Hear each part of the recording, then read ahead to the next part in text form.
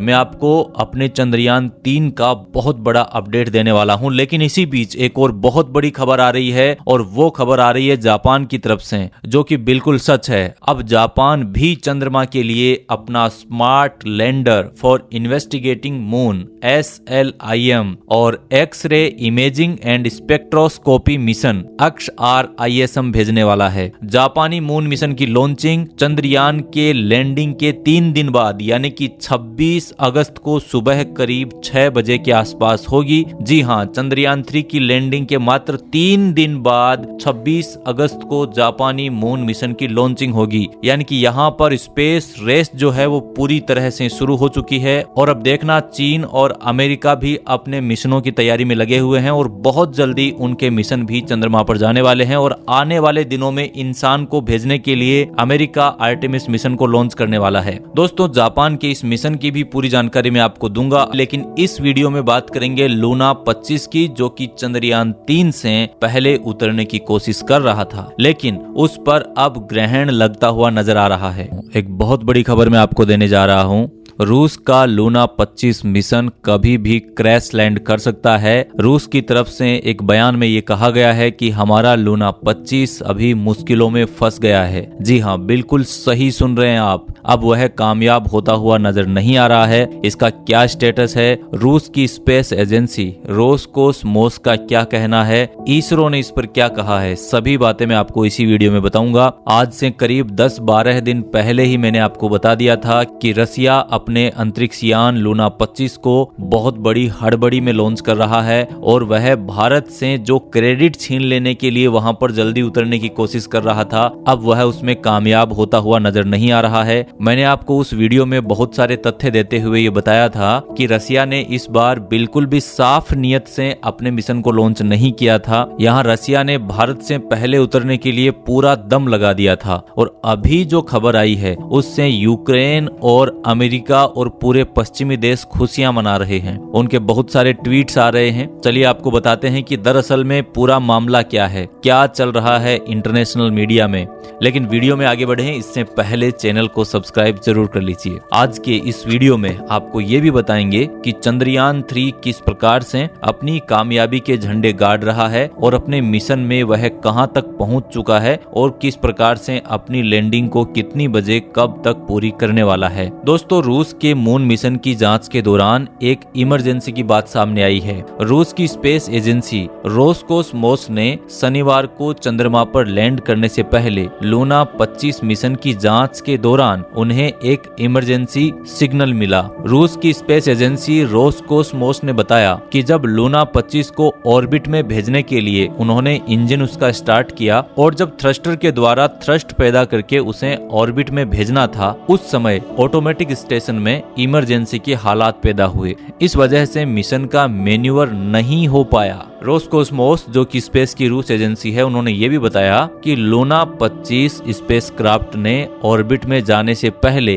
असामान्य स्थिति का सामना किया है। और यहाँ पर मैं आपको अपने चंद्रयान 3 का बहुत बड़ा अपडेट देने वाला हूँ, लेकिन इसी बीच एक और बहुत बड़ी खबर आ रही है और वो खबर आ रही है जापान की तरफ से, जो कि बिल्कुल सच है। अब जापान भी चंद्रमा के लिए अपना smart lander for investigating moon SLIM और X-ray imaging and spectroscopy mission XRISM भेजने वाला है। जापानी मून मिशन की लॉन्चिंग चंद्रयान के लैंडिंग के 3 दिन बाद यानी कि 26 अगस्त को सुबह करीब 6 बजे के आसपास होगी। जी हां, चंद्रयान 3 की लैंडिंग के मात्र 3 दिन बाद 26 अगस्त को जापानी मून मिशन की लॉन्चिंग होगी। यानी कि यहाँ पर स्पेस रेस जो है वो पूरी तरह से शुरू हो चुकी है और अब देखना चीन और अमेरिका भी अपने मिशनों की तैयारी में लगे हुए हैं और बहुत जल्दी उनके मिशन भी चंद्रमा पर जाने वाले हैं और आने वाले दिनों में इंसान को भेजने के लिए अमेरिका आर्टेमिस मिशन को लॉन्च करने वाला है। दोस्तों, जापान के इस मिशन की भी पूरी जानकारी मैं आपको दूंगा अगले वीडियो में, लेकिन इस वीडियो में बात करेंगे लूना 25 की, जो कि चंद्रयान 3 से पहले उतरने की कोशिश कर रहा था, लेकिन उस पर अब ग्रहण लगता हुआ नजर आ रहा है। रसिया के प्रति पश्चिमी देशों में नफरत बहुत ज्यादा है और उसका यह मिशन फेल होने से उन्हें बहुत ज्यादा खुशी मिल रही है। ऑलरेडी उन लोगों ने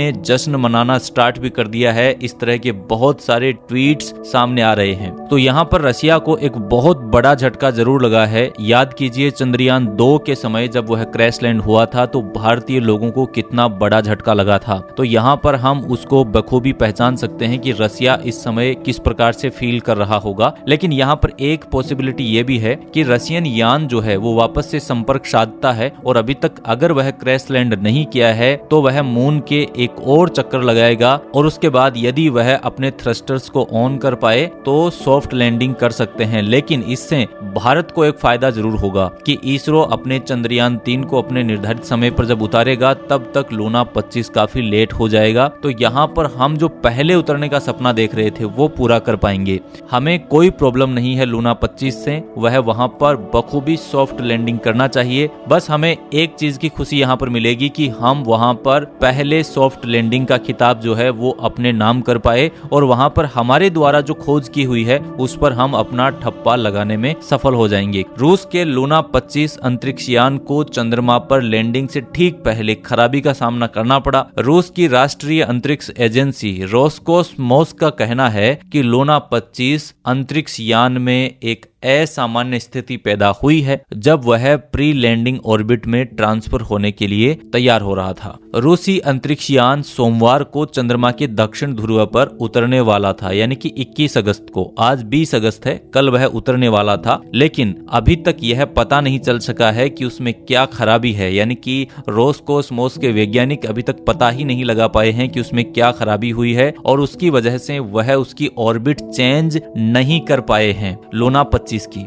और यह खराबी लूना 25 के चंद्रमा पर लैंडिंग को प्रभावित करेगी। दोस्तों, वैज्ञानिकों का मानना है कि चंद्रमा का जो दक्षिणी हिस्सा है यह बहुत ज्यादा कीमती तत्वों से भरा हुआ हो सकता है और इसीलिए अंतरिक्ष में जाने की इन सभी स्पेस एजेंसियों के बीच में होड़ मची हुई है। इन स्पेस एजेंसियों को लगता है कि जो सबसे पहले जाकर वहां पर ठप्पा लगाएगा तो उस कीमती भंडार पर उसका कब्जा हो जाएगा। देखिए, रूसी स्पेस एजेंसी ने क्या कहा अपने लूना 25 को लेकर के, उसकी बात आपको बताते हैं। रोसकोसमोस ने शनिवार को यानी कि कल एक संक्षिप्त बयान में कहा कि ऑपरेशन के दौरान ऑटोमेटिक स्टेशन पर एक असामान्य स्थिति उत्पन्न हुई जिसने निर्दिष्ट मानदंडों के साथ अंतरिक्ष यान को मैन्यूवर करने की अनुमति नहीं दी। देखिए, यहाँ पर रूस की जो स्पेस एजेंसी है यह बहुत कम जानकारी साझा करती है दुनिया के साथ और यहाँ पर वो जानकारी को छुपा रहे हैं। तो उन्होंने बिना अधिक जानकारी दिए हुए यह कह दिया कि विशेषज्ञ हालात का विश्लेषण कर रहे हैं और यह कहकर उन्होंने अपनी बात को यहीं पर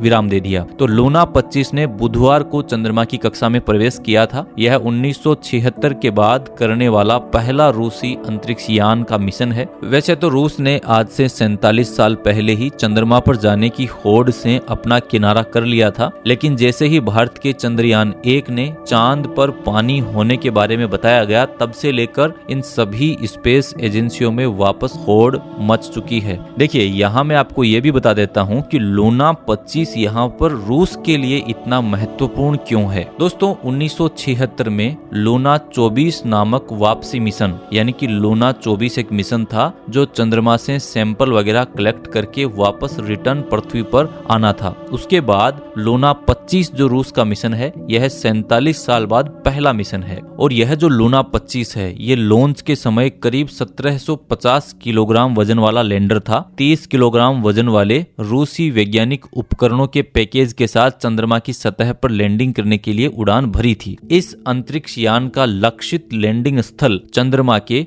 दक्षिणी ध्रुवीय क्षेत्र के लगभग 70 डिग्री दक्षिणी अक्षांश पर बोगुस्लावस्की क्रेटर के पास है। मोटे तौर पर एक छोटी कार के आकार का है लूना 25 जो चंद्रमा के दक्षिणी ध्रुव पर 1 साल तक काम करेगा। लेकिन करेगा कहां से, जब वहां पर सुरक्षित उतरेगा तब करेगा। इसका प्रमुख काम चंद्रमा की सतह पर मौजूद पानी के निशान को ढूंढना और उससे जुड़ी एक्सपेरिमेंट को अंजाम देना है और यही कार्य चंद्रयान 3 का भी है और उसी की पुष्टि के लिए भारत का चंद्रयान 3 वहां पर उतरकर इसकी पुष्टि करने वाला था। लेकिन रसिया को यहाँ पर लगा कि इसकी पुष्टि भारत से पहले मैं कर देता हूं, जो कि यहाँ पर अभी तक तो कामयाब होती हुई नजर नहीं आ रही है। देखिए, अब मैं आपको बता देता हूं कि अगस्त महीने में चंद्रमा की धरती पर उतरने वाले कौन कौन से यान हैं और जो होड़ चल रही है वो कहां तक पहुंची है। लूना 25 इस महीने चंद्रमा पर उतरने की तैयारी कर रहे 2 मिशनों में से एक है। 14 जुलाई को लॉन्च किया गया भारत का चंद्रयान 3 5 अगस्त को चंद्रमा की कक्षा में प्रवेश कर गया था। चंद्रयान 3 23 अगस्त को चंद्रमा के दक्षिणी ध्रुव पर लैंडिंग का प्रयास करेगा और अभी तक वह पूर्णतः सुरक्षित अपनी कक्षा में आगे बढ़ रहा है और उसकी सभी प्रक्रियाएं